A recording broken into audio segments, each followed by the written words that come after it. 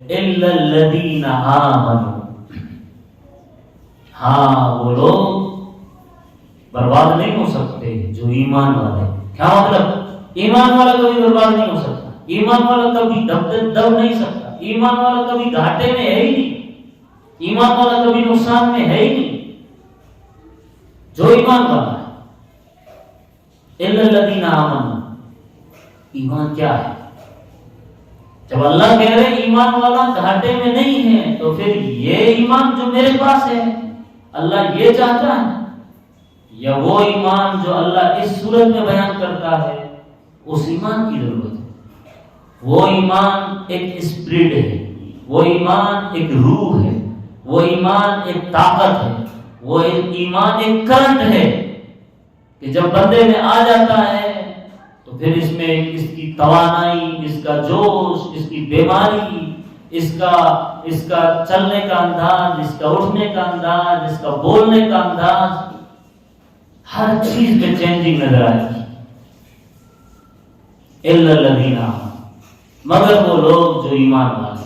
اسی لیے نبی کریم صلی اللہ علیہ وسلم نے مکے کی 13 سالہ زندگی میں لوگوں پر ایمان کی محنت کی۔ گھر سے نکل گئے بٹ ایمان کی فکر سمجھوتا نہیں، میں ہرگز ایک قدم نہ تمہاری طرف مائل ہوں گا، نہ ایک قدم سمجھوتا کر کے ڈر کے گھبرا کے پیچھے ہے۔ مجھے جو کلچر بتایا گیا، مجھے جو تہذیب بتائی گئی، میں اس پر ڈٹا رہا۔ صحابہ کرام مکے کی 13 سالہ زندگی میں بلال کو تڑپایا جا رہا ہے پر ایمان کا سودا نہیں، خباب کو انگاروں پر لٹایا جا رہا پر ایمان کا سودا نہیں، سمیہ کو اتنی بے دردی سے شہید کیا جا رہا ہے، اونٹوں سے باندھ کر کے ظالموں نے پورے جسم کے چتھڑے اڑا دیے، پھر بھی ایمان سے سودا نہیں۔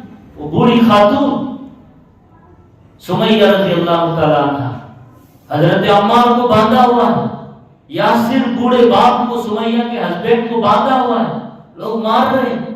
نبی وہاں سے گزرتے ہیں تو کہتے ہیں یا آل یاسر، او یاسر کی اولاد، صبر کیجیے، صبر کیجیے۔ یہ ایمان جوش مارتا ہے، یہ ایمان جذبہ دیتا ہے، یہ ایمان حوصلہ دیتا ہے، یہ ایمان طاقت دیتا ہے، ورنہ ماحول آج ایسا ہے کہ بندہ قدم قدم پر پھسلتا ہے۔ اس لیے یہ 6 ایمانیات، ان 6 باتوں پر ایک مومن ہونے کی حیثیت سے پکا عقیدہ دماغ میں، دل میں، رگ و ریشے میں، خون میں اتار دیا جائے کہ ایمان کبھی شرک نہیں کرنا بیٹے، کبھی چھوٹی سے چھوٹی چیز میں، بڑی سے بڑی چیز میں، کبھی ڈر کر کے، گھبرا کر کے، کسی کی باتوں میں آ کر کسی دوسرے سے مت مانگنا، جھکنا تو اللہ کے سامنے جھک۔ اب میں سے کتنی مائیں ہیں، اوپر مائیں بہنیں بیٹھی، اب میں سے کتنی مستورات ہیں جو اپنے بچوں کو یہ سکھاتی ہے، اپنے بچوں کو یہ تعلیم دیتی ہے، اپنے بچوں کو اس طرح لے کر کے ان کی تربیت کی فکر کرتی ہے۔ شرک مت کرنا، منافقت نہیں آنی چاہیے، کبھی بھی دوغلاپن نہیں آنا چاہیے، شرک، کفر، نفاق، یہ 3 چیزوں سے گھن ہونی چاہیے۔ جیسے آپ کو گندگی سے گھن ہے، جیسے آپ کو کوڑا کچرے سے گھن ہے کہ ہوتے ہی، صبح ہوتے ہی، گاڑی آتے ہی آپ 1 منٹ کے لیے وہ کوڑے کچرے کا ڈبہ اپنے گھر میں نہیں رکھ سکتے، فوراً اس کو باہر ہی رکھتے ہیں، گھر میں تو رکھتے ہی نہیں ہیں، باہر گیلری میں یا کہیں باہر دروازے پر کہیں تو رکھتے ہیں، نیچے پارکنگ میں، تاکہ گاڑی آتے ہی فوراً اس میں ڈال دیا جائے۔ جگہ جگہ آپ کے اڑوس پڑوس میں شرک ہے، اس شرک سے اپنا دامن بچانا ہے۔ آپ کے لیے جگہ جگہ شرک کے جال بچھائے جا رہے ہیں، اس شرک کے جال میں سے کیسے گزرنا ہے؟ ریشم کا کپڑا اور کوئی جھاڑیوں میں سے گزر رہا ہو، کانٹوں میں سے گزر رہا ہو تو کیسے گزرے گا؟ کہا کہ کبھی ادھر بچے گا، کبھی دامن سنبھالے گا، کبھی پچھلا دامن سکاڑے گا، کبھی اس کو اونچا اٹھائے گا، کبھی پائچے چڑھائے گا، کہیں کوئی کانٹا، کہیں کوئی جھاڑی اس میں الجھ نہ جائے، پھر کپڑوں کے تار نہ بکھر جائیں، کیونکہ ریشم کا کپڑا جلدی بکھر جاتا ہے، اس کے تار الگ ہو جاتے ہیں، اس کا ایک دھاگا نکلا تو پورا کپڑا خراب ہے۔ فرمایا جیسے تم ریشم کے کپڑے کو بچاتے ہو جھاڑیوں سے، ایسا ماحول آئے گا تم نے اس میں اپنے آپ کو اس طرح بچانا ہے۔ وَعَمِلُوا الصَّالِحَاتِ، صرف ایمان سے کام نہیں چلے گا، کام بھی کرنا پڑے گا، نیکیاں بھی کرنی پڑے گی، اچھائیاں بھی کرنی پڑے گی۔ وَعَمِلُوا الصَّالِحَاتِ، فرمایا نیک اور اچھے کام کرنے پڑیں گے۔ ایک ہوتا ہے کام کرنا، ایک ہوتا ہے بہترین کام کرنا، فرق ہے نا۔ آپ جائیں گے چھوٹی سی چیز لے لیں، فار ایگزامپل ایک مٹکا لے لیں، تو آپ جو ہے مٹکے کو اٹھائیں گے، اس کو ٹھوکیں گے، بجائیں گے، اوپر نیچے کریں گے، اس کو تھپتھپی مار کر کے اس میں کوئی درار کوئی شگاف تو نہیں ہے چیک کریں گے۔ آپ پیسے دے رہے ہو تو آپ کو بہترین کوالٹی والی اچھی چیز چاہیے۔ آپ 10 روپے 50 روپے کی چیز کو ٹھوک بجا کر لیتے ہیں، اللہ آپ کو نیکیوں کے بدلے جنت دینے والا ہے، تو وہ پرکھے گا نہیں، وہ کھرے اور کھوٹے کو الگ نہیں کرے گا، وہ کھچڑی کو قبول کرے گا، وہ کھچڑی کو قبول کرے گا، وہ ریاکاری کے ساتھ نمازوں کو قبول کرے گا، وہ بدنیتی کے ساتھ نمازوں کو قبول کرے گا، وہ غلط تجوید اور غلط مخرج کے ساتھ نمازوں کو قبول کرے گا، وہ بھی بہترین کوالٹی چاہتا ہے۔ وَعَمِلُوا الصَّالِحَاتِ، جو کام کرے مگر اچھے نیک۔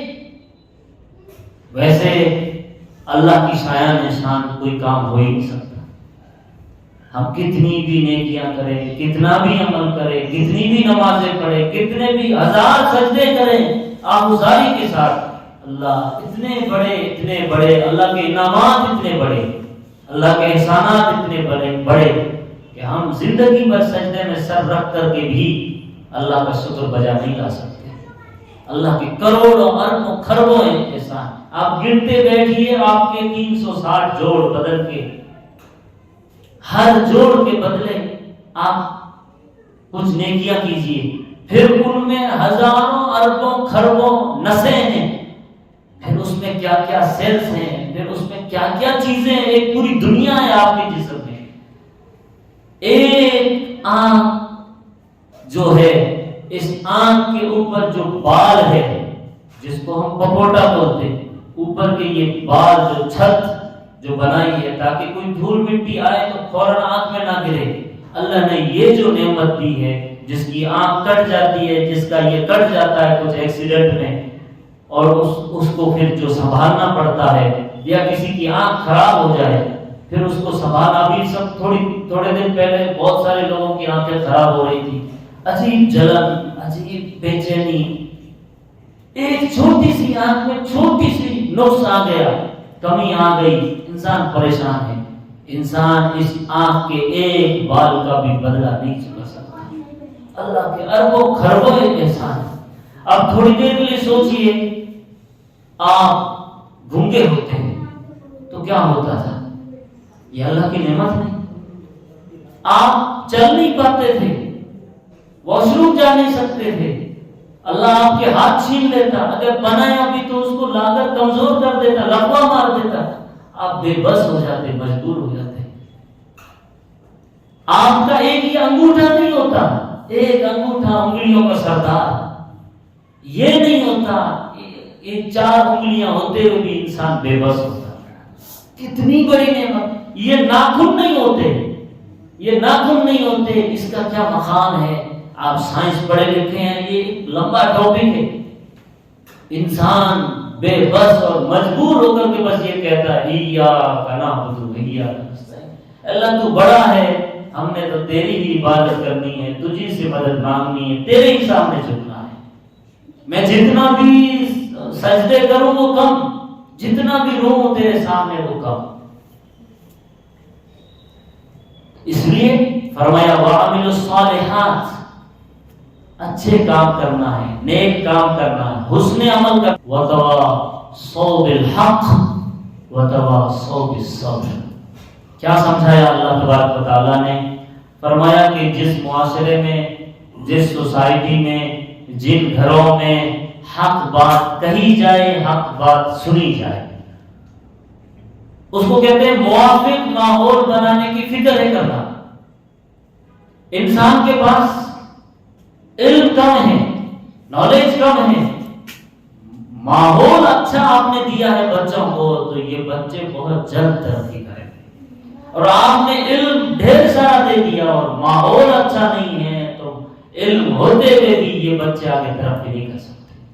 ماحول اچھا بنانا پڑے، خوشگوار ماحول، تربیت والا ماحول، ایک دوسرے کو برداشت کرنے والا ماحول، ایک دوسرے کی حق بات کہنے اور سننے والا ماحول۔ ایسا نہیں کہ جہاں جھگڑے ہو، جہاں فساد ہو، بس کوئی بات بولے تو اس کو برداشت نہیں ہوتا، اس کو صبر نہیں ہوتا۔ فرمایا وَتَوَاصَوْا بِالْحَقِّ وَتَوَاصَوْا بِالصَّبْرِ۔ آپ اسی بات کو میں سمجھانے کے لیے بار بار آپ کو میدان میں لے جا رہا ہوں تاکہ آپ سمجھیں۔ گراؤنڈ میں ایک کھلاڑی حق بات سنے گا نہیں، حق بات بولے گا نہیں، حق پاس کرے گا نہیں، حق ادھر سے لے گا نہیں، تال میل نہیں رکھے گا، ٹیم ورک نہیں رکھے گا تو کیا وہ ٹیم جیت پائے گی؟ نہیں جیت۔ ماحول ایسا بنانا پڑے گا کہ کوئی بھی کسی بھی غلطی پر تو نے یہ غلطی کی اس لیے ہارے، اب کہہ دیا تو ایسا نہیں کہ بندہ تیش میں آ گیا، غصے میں آ گیا، بس مجھے نہیں کھیلنا، برداشت کرنا ہے۔ بچوں کو آپ نے گھر میں اگر کوئی بات کہہ دی برداشت کرنا ہے، اگر کوئی پڑوسی نے آپ کو کوئی غلط بات کہہ دی برداشت کرنا ہے۔ یہ دنیا ایسی چلتی ہے، بات کہتے رہو، ادھر سے جو بھی ری ایکشن ہو اس پر صبر کرو، جھیلو۔ جو لوگ صبر کے ساتھ، تحمل کے ساتھ برداشت کرتے ہوئے زندگی نہیں جیتے، حق کہتے نہیں، حق سنتے نہیں، وہ معاشرہ کبھی کامیاب نہیں ہو سکتا۔ اب آہستہ آہستہ معاشرہ ہمارا ایسا بن رہا ہے، بس میرے بچے کو غلطی ہونے پر میں ٹوک سکتا ہوں، تو کون ہے ٹوکنے والا؟ سگے بھائی نے بھی ٹوک دیا، سگے چچا نے، اگر بھتیجے کو ٹوک دیا، بھتیجے کو ٹوک دیا یا بھتیجی کی غلطی پکڑ لیا، باپ کو خبردار کر دیا کہ تیرا بچہ ایسی، تیری تو کون ہوتے ہیں کہنے والا؟ بس جو دشمنی چھڑتی ہے تو سالوں سال چلتی ہے۔ زندگی ایسے نہیں گزاری جاتی۔ حق ہے تو قبول کرنا ہے، برا لگ رہا ہے برداشت کرو۔ وَتَوَاصَوْا بِالْحَقِّ وَتَوَاصَوْا بِالصَّبْرِ۔